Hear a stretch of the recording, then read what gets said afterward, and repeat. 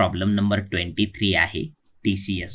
Okay, TCS हे tax collected at source आहे, जे की इन्कम टॅक्स 1961च्या ॲक्टच्या अंतर्गत सर्टन कॅटेगरीवर TCS लावला जातो.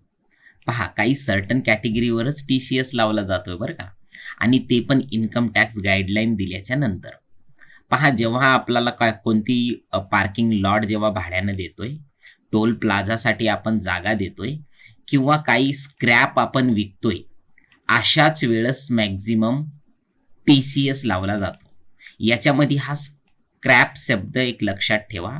स्क्रॅप म्हणजेच भंगार, असा भंगार जे की तुम्ही तुमच्या मालामध्ये इन्क्लूड न करता वेगळा तुम्ही विकताय, तर त्याला तुम्हाला TCS म्हणायचं आहे. पहा, TCS ही एंट्री वर्षातून एकदा कंपनीमध्ये येऊ शकते, आणि ही कशी करायची हे आपण पाहूया.